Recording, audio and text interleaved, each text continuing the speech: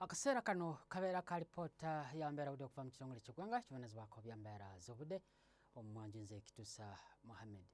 Enkuba ekyagenderera n'okutonnya mu bitundu by'eggwanga ebisinga obungi olw'ensonga nti omukuubo gw'enkuba gusimbidde ddala makkati ga Ssemazinga Africa era ekyo kivaako empewo empeweevu ezimu nga zikunta ziva eri ku Seguyanja Buyindi ssaako era n'ezo ziba ziseeyeeya okuva eri mu Gabira Kikongo okwolekera ensi yattu. Era bwe tugezaako ntulaba ate ku mbeera y'obudde mu biseera by'okumakya tusuubira enkuba okutonnya okusigira ddala ebitundu ebyo nga Wakiso nga wekibodde eri Masaka so ng'ate bimu Mubende n'Akasongola omusana gujja kuba nga gwaka. Eri ebuvanjuba tusuubira enkuba okutonnya bitundu Jinja, Tororo paka Soroti so ng'ate eri ebugwanjuba tusuubira ebitundu ebimu omusana okuba nga gwaka so ng'ate ebitundu ebimu nga Mbalala, Kasese, Kabale tusuubirawo okufunayo oluwandagirize.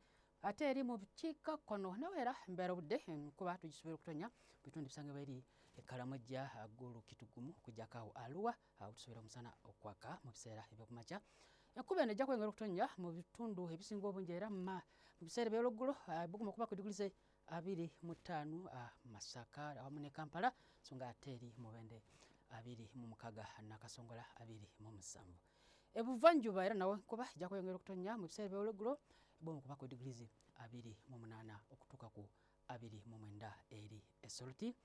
Ebugwanjuba era tusuubira enkuba okutonnya bitundu ebisinga obungi Masindi, Kasese buguma okuba ku diguli 23 Kabale so ng'ate Kasese bugumu 29 Mbalala, Masindi 27. Tugeza kutulaba ate eri obukiikakkono era tusuubira enkuba okutonnya mu biseera eby'olweggulo bitundu ebisinga obungi Karamoja buguma okuba ku diguli 29 okutuuka ku 30 mu bitundu ebisinga obungi.